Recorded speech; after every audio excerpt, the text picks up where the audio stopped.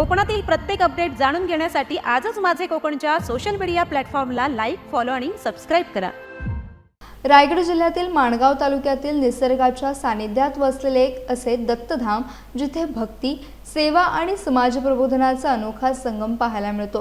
प्रति गाणगापूर म्हणून ओळखल्या जाणाऱ्या श्री दत्त निर्गुण मठात दर गुरुवारी शेकडो भाविक दर्शनासाठी येतात।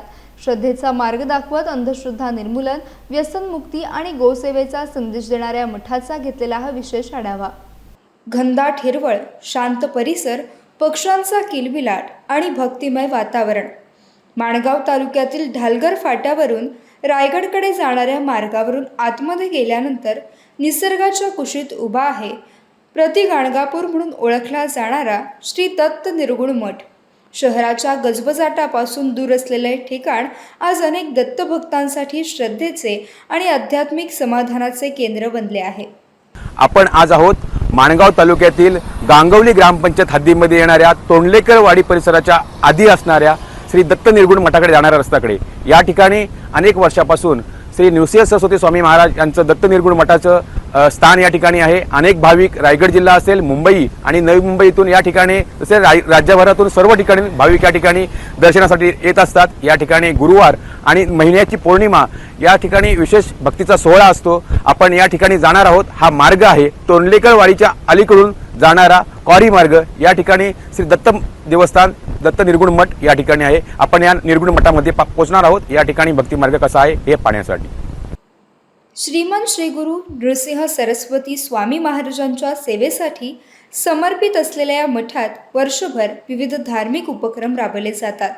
दर गुरुवारी निर्गुण पादुकांची महाआरती, दर पौर्णिमेला विशेष सेवा कार्य, यज्ञ आणि होम हवनाचे आयोजन केले जाते।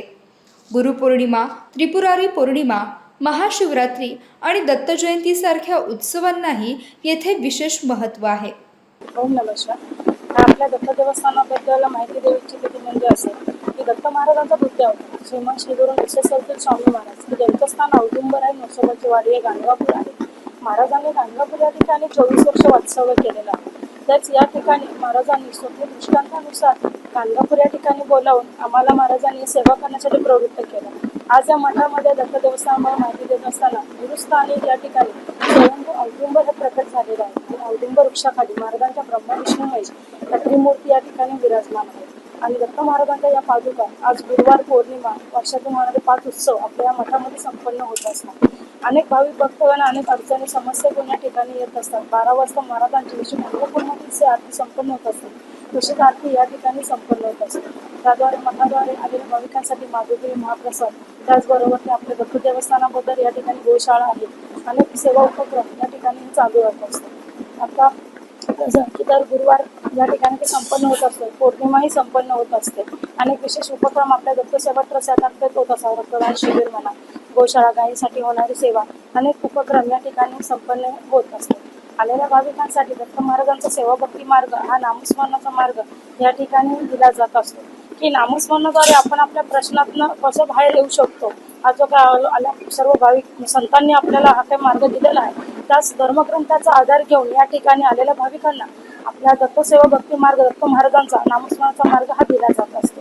त्याद्वारे आलेल्या भाविकांना अंधश्रद्धेपासून दूर राहण्यासाठी प्रवृत्त केले जात असते की जेणेकरून जीवनामध्ये श्रद्धा काय ते जीवनामध्ये घेऊन आपण ज्या अंधश्रद्धेकडे चाललेलो आहात कुठेतरी ही जाणारा हा मार्ग कुठेतरी थांबावा, लोकांची होणारी फसवणूक ही कुठेतरी थांबावी, म्हणून हे दत्त देवस्थान या ठिकाणी कार्य करत आहे।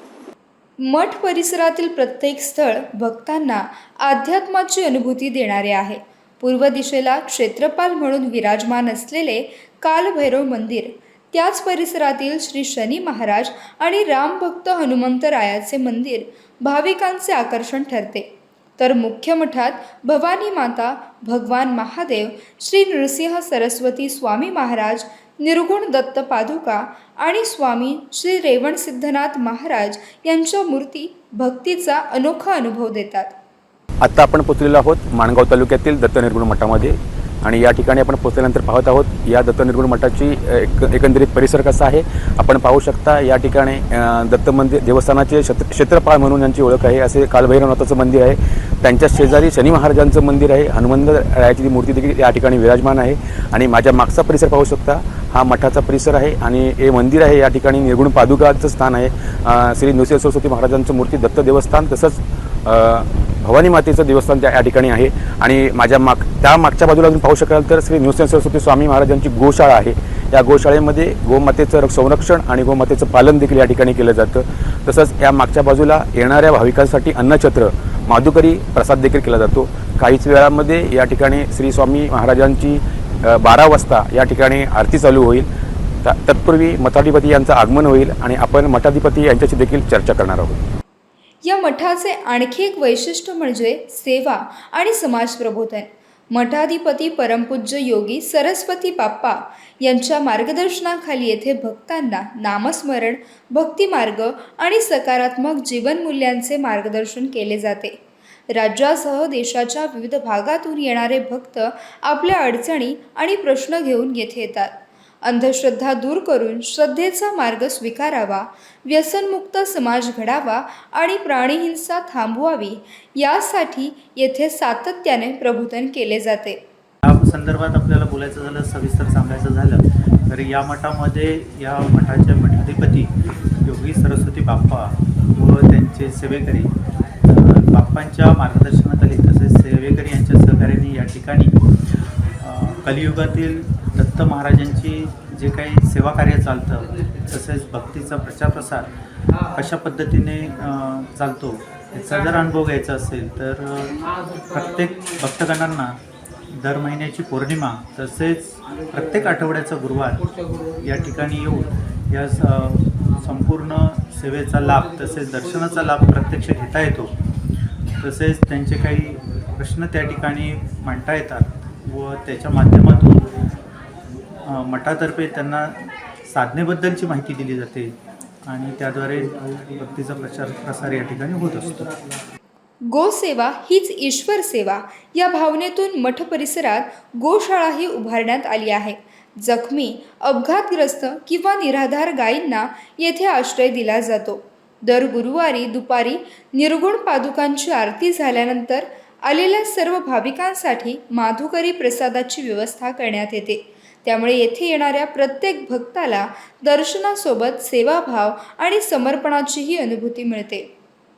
तर आज आपण होतो माणगाव तालुक्यातील श्री दत्त निर्गुण मठ, श्री दत्त देवस्थान प्रत्येक गाणगापूर, श्री दत्त सेवा ट्रस्ट यांचं श्री दत्त देवस्थान प्रत्येक गाणगापूर माणगाव या ठिकाणी आपण पाहिलं. एकंदरीत सुरुवातीपासून या मठाकडे येणारा मार्गक्रमण करणारा मार्ग, त्यानंतर या मठामध्ये मठाधिपती यांच्या आज्ञेनुसार स्वामी महाराजांच्या आज्ञेनुसार चालणारी श्री दत्त सत्यदत्त भक्ती, अंधश्रद्धा नव्हे तर श्रद्धा या माध्यमातून दिला जाणारा भक्तीचा मार्ग हा माणगाव तालुक्यातील गांगोली गावाच्या परिसरात होडगाव हद्दीमध्ये येत असून या ठिकाणी अनेक भक्त येत असतात. त्यानंतर या ठिकाणी होणारी दत्तांची सेवा, श्री दत्तांची सेवा, श्री नृसिंह सरस्वती महाराजांची सेवा, त्यानंतर गोशाळा, त्यानंतर या ठिकाणी असं निर्गुण पादुकांचं दर्शन, हा सर्व एकंदर भक्तिमार्ग आपण या ठिकाणी पाहिलेला आहे. यानंतर आपण मठाधिपती परमपूज्य योगी सरस्वती यांचं आपण देखील मार्गदर्शन या ठिकाणी पाहिलेलं आहे. असा हा होता एकंदरीत दत्त निर्गुण मठ माणगाव या ठिकाणचा दत्तभक्तीचा मार्ग. आपणही अवश्य एक दिवस ह्या दत्त निर्गुण मठाला भेट द्यावी. माझे कोकणसाठी प्रमोद जाधव, माणगाव. श्रद्धा, सेवा, अध्यात्म आणि समाज प्रबोधन यांचा सुंदर संगम अनुभवायचा असेल तर माणगावातील प्रति गाणगापूर श्री दत्त निर्गुण मठ येथे निश्चितच एक महत्त्वाचे श्रद्धास्थान आहे. अंधश्रद्धा नव्हे तर श्रद्धा हे ब्रीद समोर ठेवत येथे सुरू असलेले सेवा कार्य आज अनेक भक्तांच्या जीवनाला नवी दिशा देत आहेत. निसर्गरम्य वातावरणात दत्तभक्तीचा अनुभव घेण्यासाठी आणि स्वामी महाराजांचे दर्शन घेण्यासाठी भाविकांची पावले या पवित्र स्थळाकडे सातत्याने वळत आहेत.